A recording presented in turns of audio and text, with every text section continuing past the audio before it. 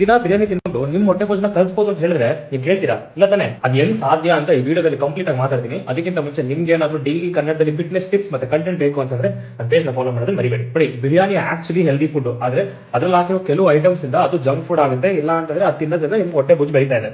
ಈ ಐಟಮ್ಸ್ ಏನು ಅಂತ ಯೋಚನೆ ಮಾಡ್ತಾ ಇದ್ದೀರಾ? ಮೊದಲನೇದಾಗಿ ಎಣ್ಣೆ. ಎಣ್ಣೆನ ಒಂದ್ ಸ್ಪೂನ್ ಎಲ್ಲ ಹಾಕ್ತಾರೆ. ಯಾವತ್ತ ನಮ್ಮ ಮನೇಲಿ ಬಿರಿಯಾನಿ ಮಾಡ್ಬೇಕಾದ್ರೆ ಹೋಗಿ ನೋಡಿ, ಫುಲ್ ಡಬ್ಬಾನೇ ಬಗ್ಸ್ಬಿಟ್ಟಿರ್ತಾರೆ. ಹಿಂಗೆ ಎಣ್ಣೆ ಜಾಸ್ತಿ ಆಗೋದ್ರಿಂದ ನಿಮ್ ಕ್ಯಾಲರೀಸ್ ಈಸಿಯಾಗಿ ಜಾಸ್ತಿ ಆಗ್ತಾ ಇದೆ.